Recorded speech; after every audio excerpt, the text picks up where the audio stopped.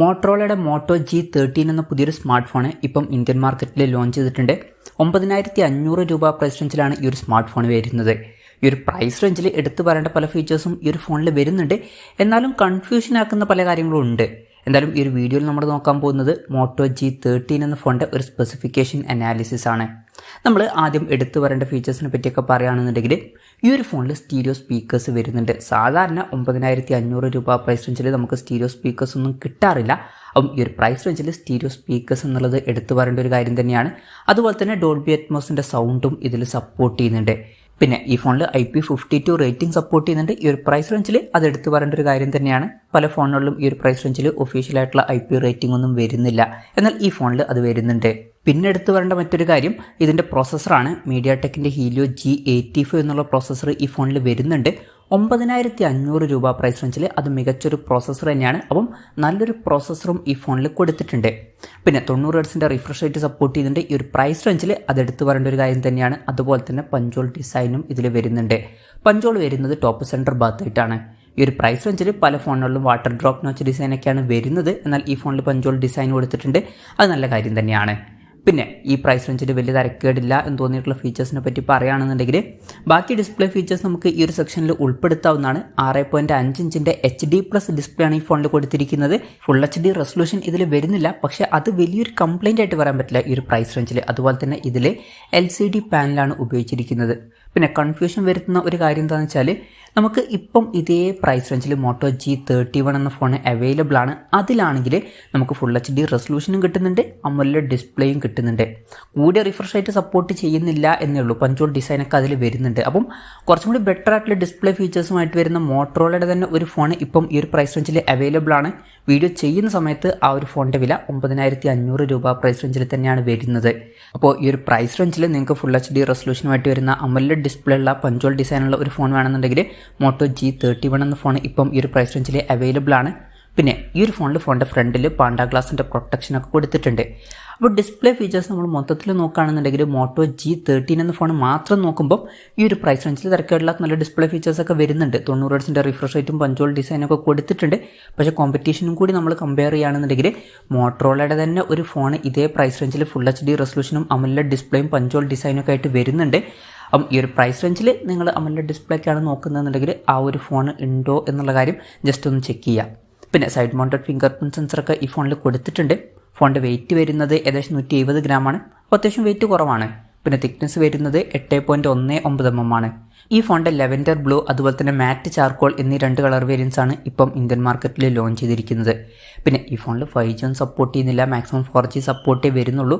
പക്ഷേ ഇപ്പോഴത്തെ ഒരു ഇതിൽ ഈ ഒരു പ്രൈസ് റേഞ്ചിൽ നമുക്ക് 5G ഒന്നും എക്സ്പെക്റ്റ് ചെയ്യാൻ പറ്റില്ല. പിന്നെ ഫോണിൻ്റെ ബേസ് വേരിയൻറ്റിൽ 4GB റാമും 64GB ഇൻറ്റേർണലും വരുന്നുണ്ട്. 4GB റാമും 128GB ഇൻറ്റേർണലുമായിട്ട് വരുന്ന ഒരു വെർഷനും വരുന്നുണ്ട്. LPDDR4Xൻ്റെ റാം ഇതിൽ കൊടുത്തിട്ടുണ്ട്.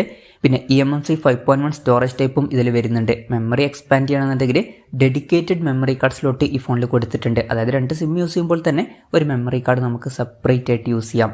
പിന്നെ 3.5mm ഓഡിയോ ജാക്ക് ഈ ഫോണിൽ വരുന്നുണ്ട്. Android 13 ബേസ് ആയിട്ടുള്ള MyUX സോഫ്റ്റ്വെയർ ആണ് ഈ ഫോണിൽ വരുന്നത്.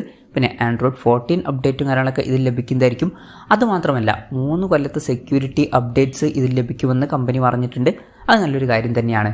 ഇനി ക്യാമറയുടെ കാര്യം പറയുകയാണെന്നുണ്ടെങ്കിൽ ഫോണിൻ്റെ പിന്നിൽ ട്രിപ്പിൾ ക്യാമറ സെറ്റപ്പ് കൊടുത്തിട്ടുണ്ട്.